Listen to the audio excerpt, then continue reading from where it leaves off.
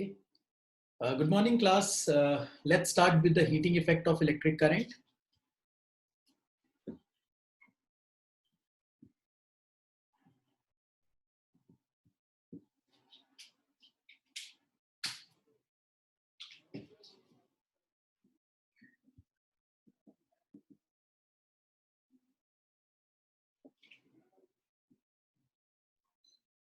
Okay, so this is our last concept for this topic, heating effect of electric current.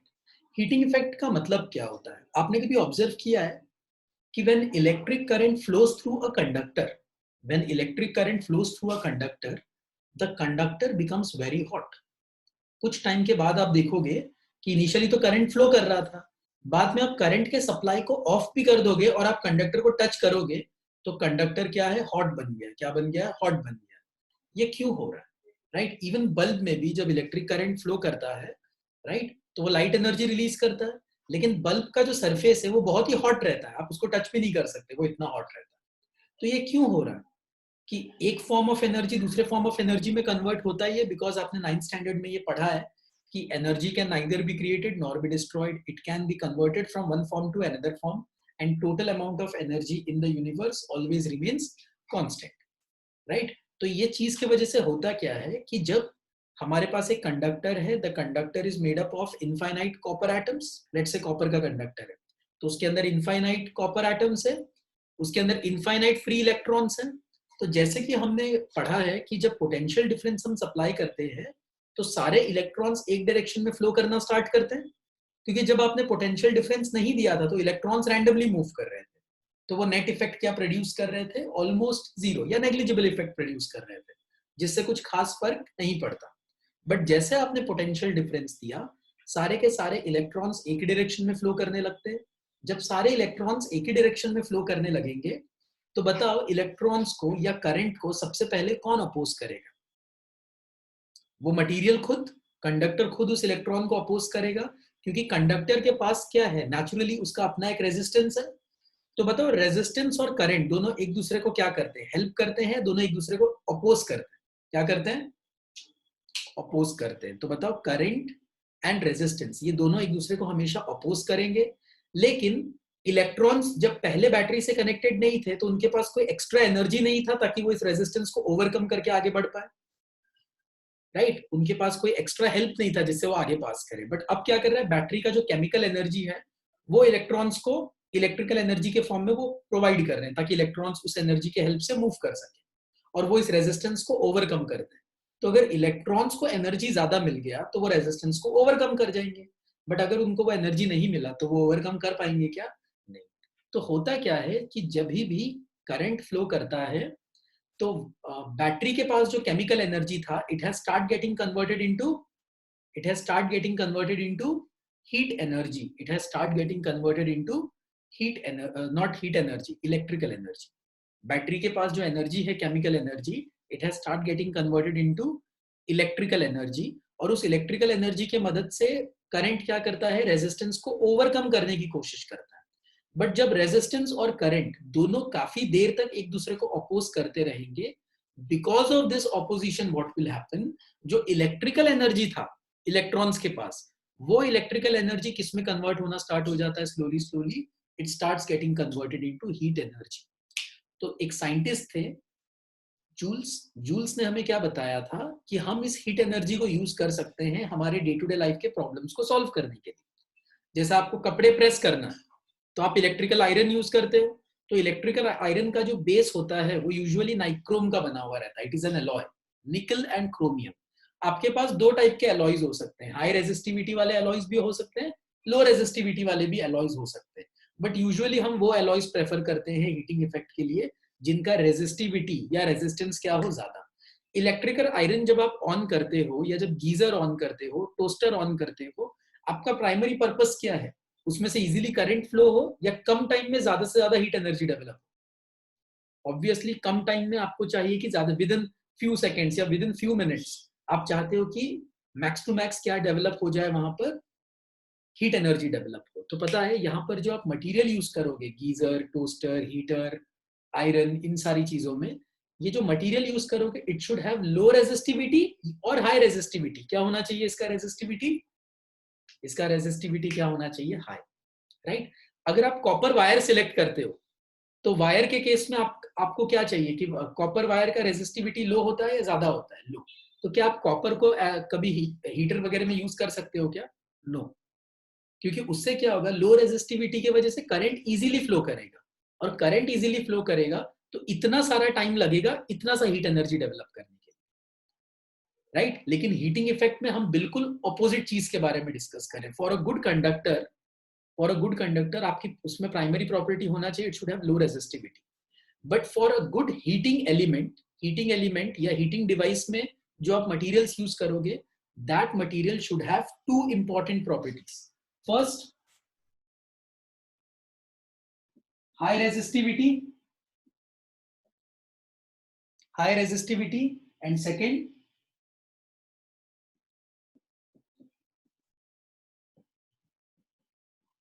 High melting point. जैसे instead of the word resistance I am using the word resistivity because it depends, because we are हम nature of material की बात कर रहे हैं। Resistance तो length और area से थोड़ा बहुत फ्लक्चुएट हो सकता है, बट रेजिस्टिविटी तो लेंथ और एरिया से फ्लक्चुएट नहीं होगा ना, इसलिए हम we will use the word resistivity. Resistance भी करेक्ट है, but resistance again situation to situation same material के लिए भी वेरी हो सकता है ना, राइट। बट रेजिस्टिविटी तो मटेरियल के साथ सेम मटेरियल के लिए सेम ही रहता है, इसलिए हम क्या यूज करेंगे, we will use the word resistivity. बताओ, जैसे कि एक सबसे अच्छा हीटिंग एलिमेंट है हमारे पास टंगस्टन। टंगस्टन कहाँ यूज करते हैं हम? Tungsten is used as a filament in electric bulb.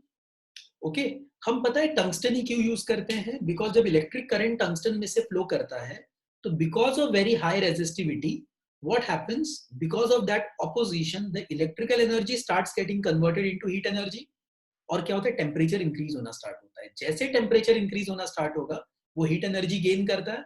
Heat energy के वजह से क्या होता है, उसका जो हीट है वो दो एनर्जी में कन्वर्ट होता है, इलेक्ट्रिकल एनर्जी। एक तो लाइट में कन्वर्ट होता है और साथ ही साथ वो हीट एनर्जी में भी कन्वर्ट होता है। तो अगर टंगस्टन का या जो भी हम फिलामेंट यूज कर रहे हैं, अगर वो फिलामेंट का मेल्टिंग पॉइंट अगर लो होगा तो आपको लगता नहीं बल्ब जल सकता? बल्ब जल सकता है। तो हम पता है टंगस्टन ही क्यों यूज करते हैं? क्योंकि एक तो उसका रेजिस्टिविटी हाई है और दूसरा उसका मेल्टिंग पॉइंट भी ज्यादा है। पता है टंगस्टन का मेल्टिंग पॉइंट कितना है? लगभग 3422 डिग्री सेल्सियस, या अप्रोक्सीमेटली 3400 डिग्री सेल्सियस भी लिख सकते हैं। Exact is 3422। तो इतना ज्यादा उसका मेल्टिंग पॉइंट है। तो बताओ, क्या टेम्परेचर इंक्रीज होने से आपको लगता है कि 800-900 डिग्री सेल्सियस में वो जल सकता है? नो, क्योंकि उसका तो 3422 डिग्री सेल्सियस है, राइट। सिमिलरली जो हम नाइक्रोम यूज करते हैं as a base for electric iron या as a base material for electric heater, तो नाइक्रोम क्यों यूज करते हैं? Because nichrome is an alloy, right? It is made up of two material. Ni stands for nickel and chrome means chromium. तो निकल और chromium का वो क्या होता है? एलॉय होता है। तो ये मिक्स करके हम एक हाई रेजिस्टिविटी वाला एक एलिमेंट तैयार करते हैं। क्यों हाई रेजिस्टिविटी चाहिए? बिकॉज कम टाइम में वो इलेक्ट्रॉन्स को या करंट को ज्यादा से ज्यादा अपोज करेगा, और कम टाइम में जितना ज्यादा अपोजिशन होगा उतना ही ज्यादा क्या डेवलप हो जाएगा? Heat energy. तो उससे आप वाटर को हीट कर सकते हो, राइट, कपड़ों को प्रेस कर सकते हो, राइट, खाना गर्म कर सकते हो। ये सारे तो जितने हीटिंग डिवाइसेस है उसमें हम कौन सा मटेरियल यूज करते हैं? A material with high resistivity and high melting point, क्योंकि इतना ज्यादा हीट से वो कहीं मेल्ट ना हो जाए। ओके, इतना ज्यादा हीट से वो कहीं मेल्ट ना हो जाए। ओके, चलो तो इसमें देखते हैं। तो जूल्स ने हमें एक सबसे पहले हीटिंग इफेक्ट के बारे में बताया था। तो उन्होंने अपना लॉ दिया था जिसको हम लोग बोलते हैं जूल्स लॉ ऑफ हीटिंग। क्या बोलते हैं हम उसे? Joule's law of heating. तो लिखो, according to Joule's law of heating, according to Joule's law of heating, please write it down. According to Joule's law of heating, according to Joule's law of heating, according to Joule's law of heating, the heat energy developed in a conductor, according to Joule's law of heating, the heat energy developed in a conductor, the heat energy developed in a conductor according to Joule's law of heating, the heat energy developed in a conductor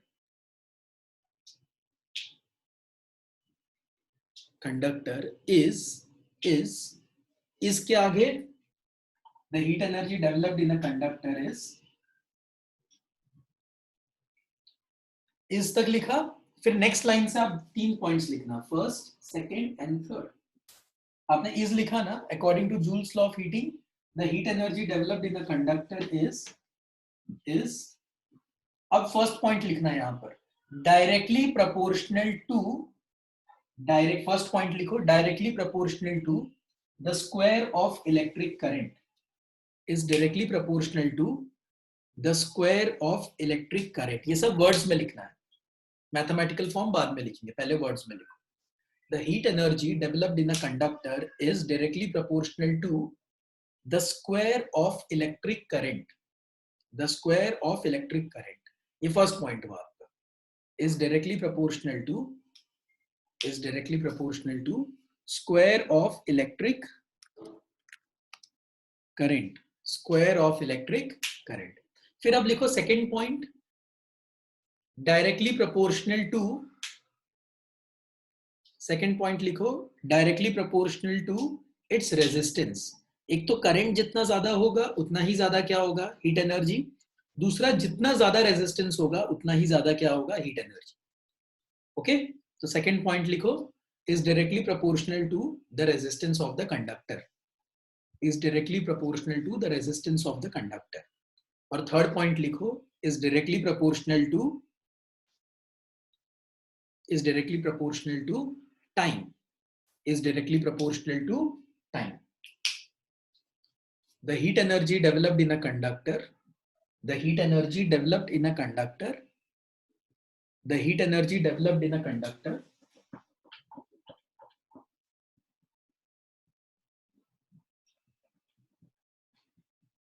the heat energy developed in a, इसमें resistance लिखना है. जब मैं material की बात करूंगा तब हम रेजिस्टिविटी यूज करेंगे. क्या हम अभी स्पेसिफिक मटेरियल के बारे में डिस्कस कर रहे हैं? नो, राइट, हम एक लॉ डिस्कस कर रहे हैं. तो जब लॉ डिस्कस करते हैं तब हम कॉन्सेप्ट्स का नाम लिखते हैं. जब एक स्पेसिफिक मटेरियल की प्रॉपर्टी की बात करते हैं तब हम रेजिस्टिविटी वर्ड यूज करते हैं. ओके, तो लिखो,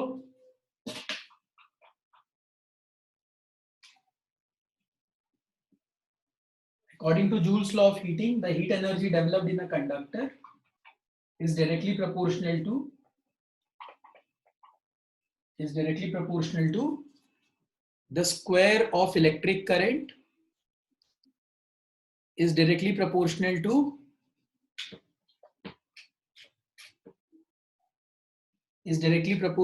its resistance, and third is directly proportional to time. अब लिखो, mathematically it can be represented as,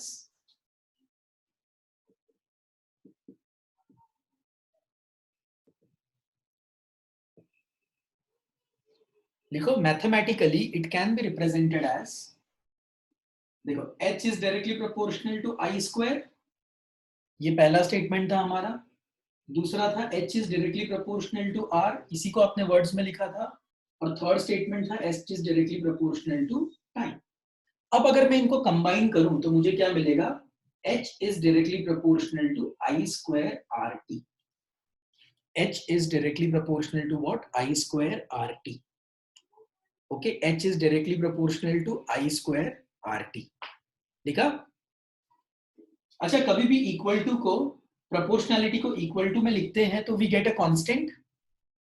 कभी भी प्रोपोर्शनैलिटी को इक्वल टू में लिखते हैं तो we get a constant.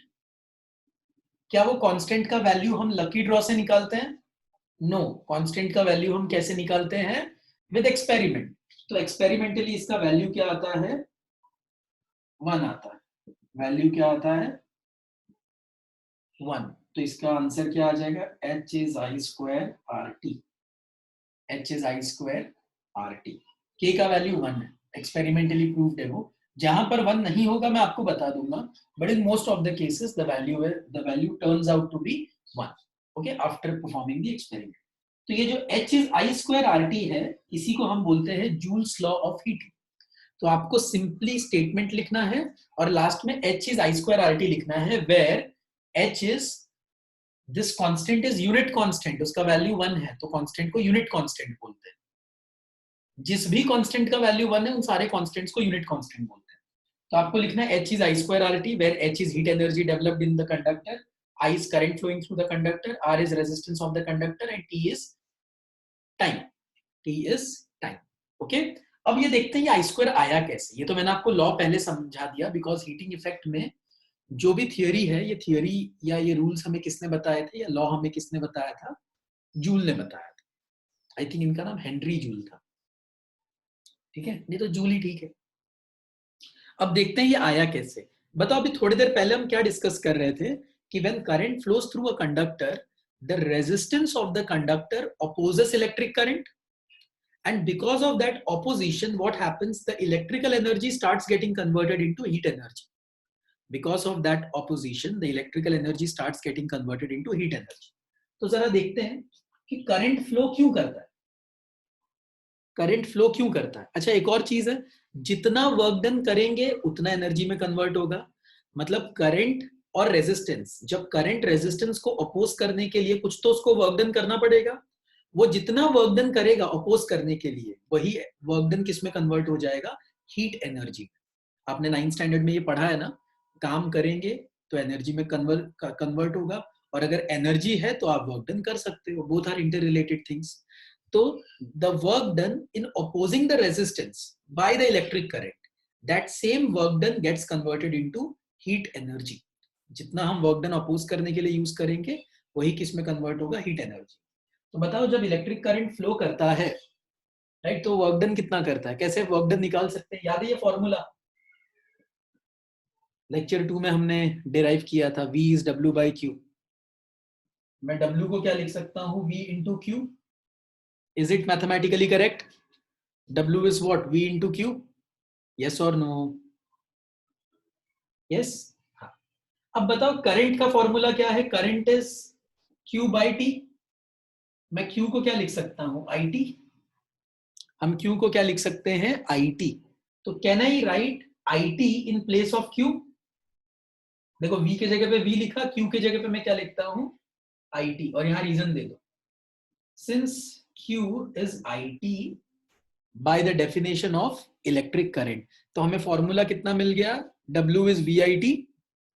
Vellore institute of technology नहीं बोलना इसे। VIT का मतलब होता है, VIT का मतलब होता है V stands for potential difference, I stands for electric current, T stands for time। मैं आपके असाइनमेंट्स देख रहा था, बहुत सारे students instead of using the word electric current वो सिर्फ करंट लिखते हैं। तो आप मान के चलो कि इन सबके लिए मार्क्स कटेंगे आपके। इलेक्ट्रिक पोटेंशियल, खाली पोटेंशियल नहीं, electric potential difference, electric current. और कुछ लोगों ने जोश जोश में इतना इलेक्ट्रिकल वर्ड यूज किया है कि टाइम को भी इलेक्ट्रिकल टाइम लिख दिया। तो प्लीज ये ध्यान रखना है, टाइम इलेक्ट्रिकल या मैकेनिकल नहीं होता, टाइम टाइम होता है, राइट। तो यहां पर W क्या है? Electric potential difference. Sorry, V क्या है? Electric potential difference. W क्या है? Electric work done. Q क्या है? Electric charge. I क्या है? Electric current. और T क्या है? Time. No electrical mechanical time, only time. ठीक। तो क्लास में जितना ज्यादा इलेक्ट्रिकल वर्क डन होगा वो किस में कन्वर्ट हो जाता है? हीट एनर्जी में। यस और नो? जितना ज्यादा इलेक्ट्रिकल वर्क डन वो किस में कन्वर्ट हो जाएगा? हीट एनर्जी में। तो क्या मैं लिख सकता हूँ हीट एनर्जी का फॉर्मूला आ गया VIT। हीट एनर्जी का फॉर्मूला क्या आ गया? VIT। हीट एनर्जी का फॉर्मूला क्या आ गया? VIT। ओके। अच्छा, अब बताओ, V I और R के बीच में एक मैथमेटिकल रिलेशन है। V I और R के बीच में एक मैथमेटिकल रिलेशन है। तो एक काम करो, इंस्टेड ऑफ V आप क्या सब्स्टिट्यूट कर सकते हो? IR। इंस्टेड ऑफ V हमने सब्स्टिट्यूट कर दिया IR। मैं लिख दो since V is equals to IR। तो बताओ कितना आ जाएगा ये? IRIT। I into I is I square, तो ये आ गया ना I स्क्वायर RT। तो जो हमने जूल्स लॉ ऑफ हीटिंग में पढ़ा वो यहाँ पर हमने प्रूफ कर दिया, H is I square RT। Okay, ये दूसरा फॉर्मूला हमने डिराइव किया, H is I square RT। Clear?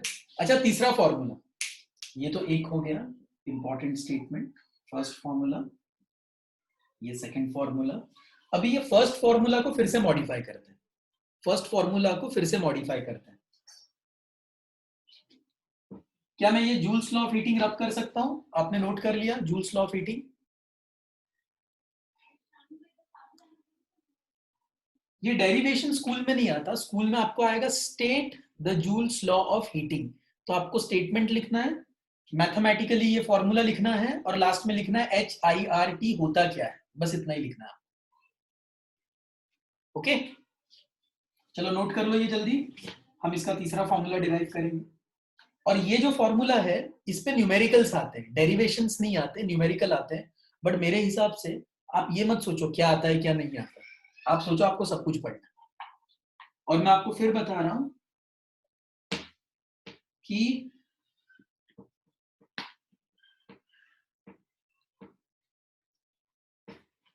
बहुत सारे रूमर्स हैं बाहर कि सिलेबस कुछ ओमिट होने वाला है, कुछ है। जब तक ऑफिशियली कुछ नहीं आता है तब तक हमें सब कुछ पढ़ना है। और अज्यूमिंग कि कुछ सिलेबस ओमिट भी हो गया, साइंस में चांसेस नहीं है ओमिट होने के, अगर हो भी गया तो भी डोंट वरी, फिर भी वो चैप्टर आपको पढ़ना है। ओके, तो बताओ ये H का एक फॉर्मूला आ गया VIT, second formula is I²RT। Class अब देखो मैं VIT को, अब मैं VIT को, राइट,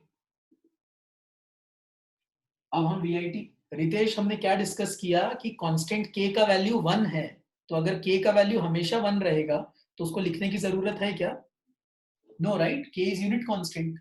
अभी मैंने लिख के रब किया यहाँ पे, ठीक है। तो क्लास ये वाला जो आपका फॉर्मूला है VIT, इसमें मैं ये लिख सकता हूँ I is V/R, is it correct? तो जरा इसको सब्स्टिट्यूट कर दो यहाँ पर, तो H is V into V/R into T। मैंने इंस्टेड ऑफ I क्या सब्स्टिट्यूट किया? V/R। तो बताओ फॉर्मूला क्या बन गया? V²/R into T। तो क्लास ये तीसरा फॉर्मूला बना। तो हीट एनर्जी के we have three relations, H is VIT, second is I²RT and third is V²/R into T। Okay, but क्या ये तीनों जूल्स लॉ है? नो, सिर्फ I²RT ही जूल्स लॉ है। रीजन, I²RT में R न्यूमिनेटर में है ना, तो किसी भी कंडक्टर में जो हीट एनर्जी डेवलप होगा वो रेजिस्टेंस के डायरेक्टली प्रोपोर्शनल रहता है, वो रेजिस्टेंस के क्या रहता है? डायरेक्टली प्रोपोर्शनल रहता है। तो only H is I²RT is joules law, बाकी सब तो उनका मैथमेटिकल मॉडिफिकेशन है। ओके, तो हम तीन फॉर्म बनाते हैं, अगर आपको और भी फॉर्म्स बनाने हैं तो आप बना सकते हैं। मैं तो पता है मैं एक ही फॉर्मूला याद रखता हूँ, VIT। मैं VIT याद रखता हूँ, एक बार V के जगह पे IR डालो तो दूसरा फॉर्मूला आ जाता है, और एक बार I के जगह पे V/R डालो तो तीसरा फॉर्मूला बन जाता है। ओके, तो अगर आपके फंडामेंटल्स क्लियर है तो आप फॉर्मूला भूल भी जाओगे तो विद इन 30 सेकेंड्स आप पूरा डिराइव कर सकते हैं। ओके, तो कुछ और फॉर्म्स भी पॉसिबल है, अगर आपको बनाना है तो बनाओ, बट मेन स्टैंडर्ड इन तीन से काम चल जाता है। ओके क्लास, तो आपके पास 30 सेकेंड से कुछ नोट करना है तो आप नोट करो, फिर हम आगे बढ़ते हैं।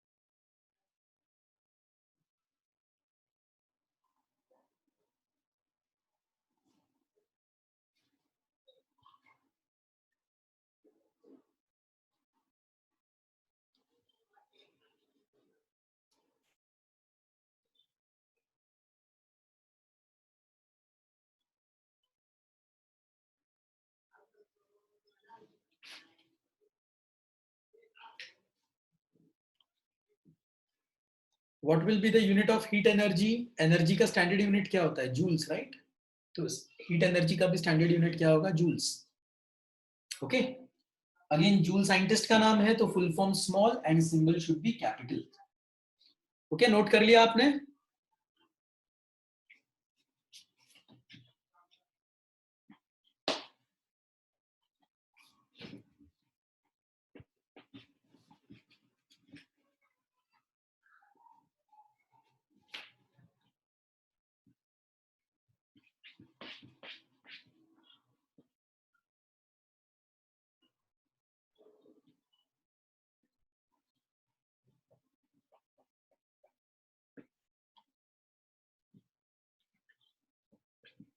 Yes class, done.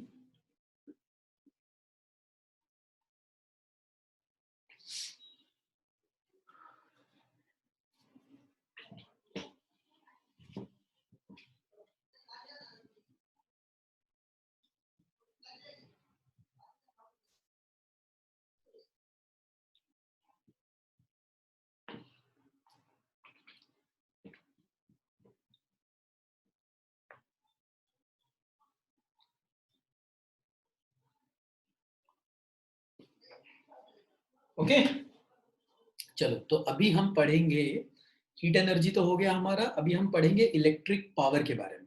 Right, so put the heading electric power.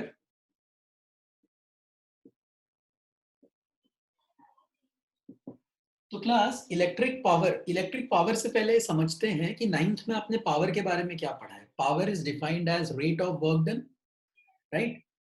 और जितना हम लोग वर्क डन करेंगे उतना ही ज्यादा, जितना हम लोग वर्क डन करेंगे उतना ही ज्यादा क्या डेवलप होगा, हीट एनर्जी। क्या डेवलप होगा, हीट एनर्जी, राइट। तो यहाँ पर इलेक्ट्रिकल पावर को हम लोग दो तरीके से डिफाइन कर सकते हैं। एक तो electric work done upon time, और जितना ज्यादा इलेक्ट्रिकल वर्क डन होगा उतना ही ज्यादा इलेक्ट्रिकल एनर्जी कंज्यूम होगा।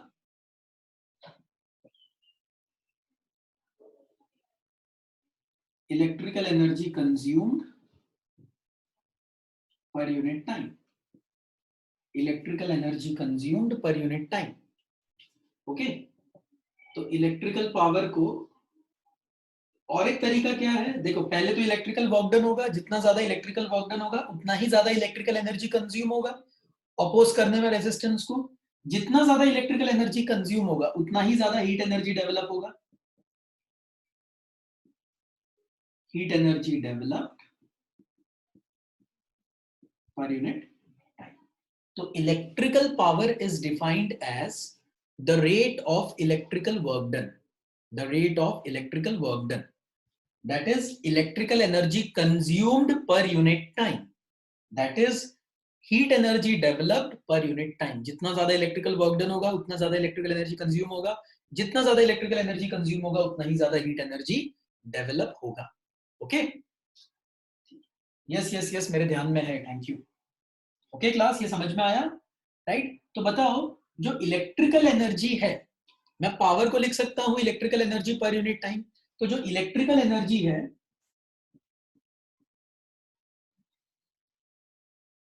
इलेक्ट्रिकल एनर्जी को मैं क्या लिख सकता हूं, electrical power into time. Power is energy consumed पर unit time, correct, power is energy consumed पर unit time.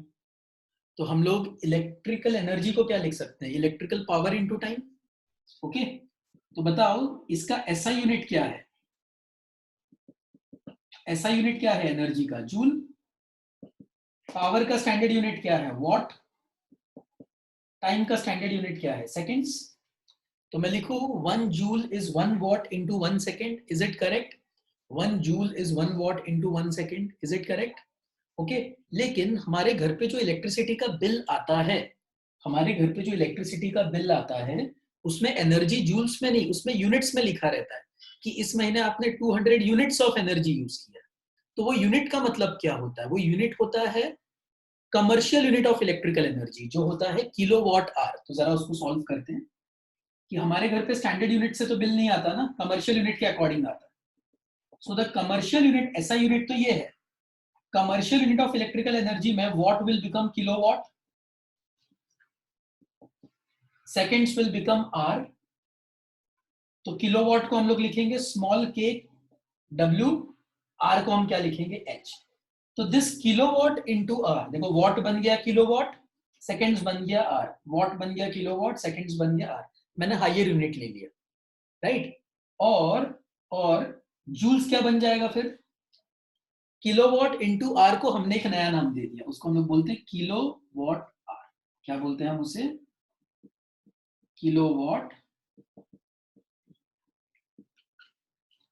right? So this kilowatt hour is the commercial unit of electrical energy. This kilowatt hour is the commercial unit of electrical energy. Please note करो इसे, this kilowatt hour is the commercial unit of electrical energy. Okay, तो ये please note करो and try to convert kilowatt hour into joules. Try to convert kilowatt hour into joules. करो, ये कितना होता है?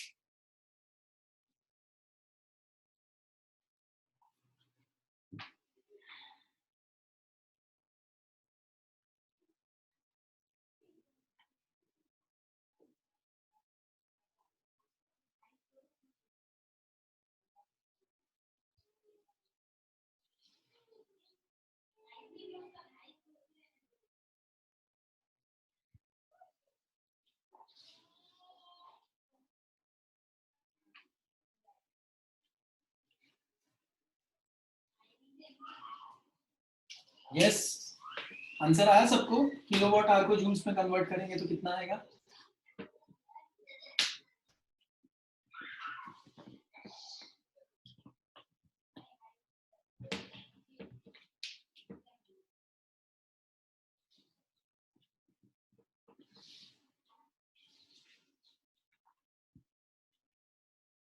Right, so your question is convert 1 kilowatt hour into joules.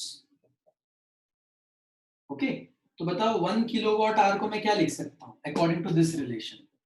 It is 1 kilowatt into 1 hour. 1 kilowatt is how many watt? 1 kilowatt means 1000 watt. और 1 hour में कितने seconds होते हैं? 3600 seconds.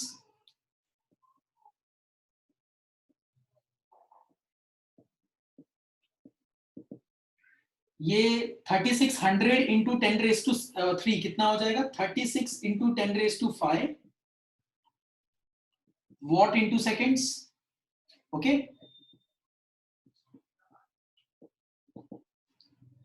तो इसको जरा और सिंप्लीफाई कर देते हैं। ये 36 को मैं 3.6 लिख सकता हूं, और ये 10⁵ है ना, इसको मैं 10⁶ बना देता हूं, एक ही बात है। और watt into second stands for joules. Watt into seconds किसके लिए होता है? जूल्स के लिए। तो हमारे पास स्टेटमेंट क्या आ गया कि 1 kilowatt hour is 3.6 into 10⁶ joules. It is 3.6 into 10⁶ joules. तो आपके घर पे जो इलेक्ट्रिसिटी का बिल आता है, आपके घर पे जो इलेक्ट्रिसिटी का बिल आता है, उसमें जो यूनिट हो वो ऐसा दिया रहता है।